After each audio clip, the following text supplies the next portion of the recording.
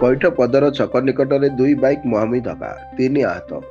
ଗଜପତି ଜିଲ୍ଲା ରାୟଗଡ଼ା ବ୍ଲକ ଅନ୍ତର୍ଗତ କଇଠପଦର ଛକ ନିକଟରେ ଆଜି ସନ୍ଧ୍ୟା 7ଟା ବେଳେ ଦୁଇ ବାଇକ୍ ମୁହାଁମୁହିଁ ଧକ୍କା ହୋଇଥିବା ସୂଚନା ରହିଛି।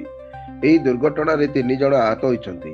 ଆହତମାନେ ହେଲେ ଜକରାବନ୍ଧ ଗ୍ରାମର କୁନା, ବୁର୍ଜାଙ୍ଗ ଗ୍ରାମର ପୁରୁଷୋତ୍ତମ ଏବଂ ମନୋଜ ବୋଲି ପ୍ରାଥମିକ ସୂଚନା ମିଳିଛି। ସୂଚନା ପ୍ରକାରେ ମନୋଜ ଏବଂ ପୁରୁଷୋତ୍ତମ ଛେଳି ମନ୍ଦା ପକାଇ ନିଜ ଘର ବୁର୍ଜାଙ୍ଗକୁ ଯାଉଥିବା ବେଳେ ଅପରପଟୁ ଅନ୍ୟ ବାଇକ୍ ସହ ଧକ୍କା ହୋଇ 3 ବାଇକ୍ ଆରୋହୀ ଛିଟିକି ପଡ଼ି ଆହତ ହୋଇଛନ୍ତି।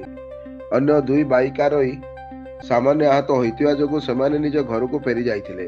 ଅନ୍ୟ ଜଣେ ଆହତଙ୍କୁ ସ୍ଥାନୀୟ ଲୋକଙ୍କ ସାହାଯ୍ୟରେ ଅଗ୍ନିଶମ ବାହିନୀ ଉଦ୍ଧାର କରି ରାୟଗଡ଼ ଗୋଷ୍ଠୀ ସ୍ୱାସ୍ଥ୍ୟ କେନ୍ଦ୍ରକୁ ନେଇ ଯାଇଥିବା ବେଳେ ଡାକ୍ତର ତାଙ୍କୁ ପ୍ରାଥମିକ ଚିକିତ୍ସା କରିଥିବା ସୂଚନା ମିଳିଛି।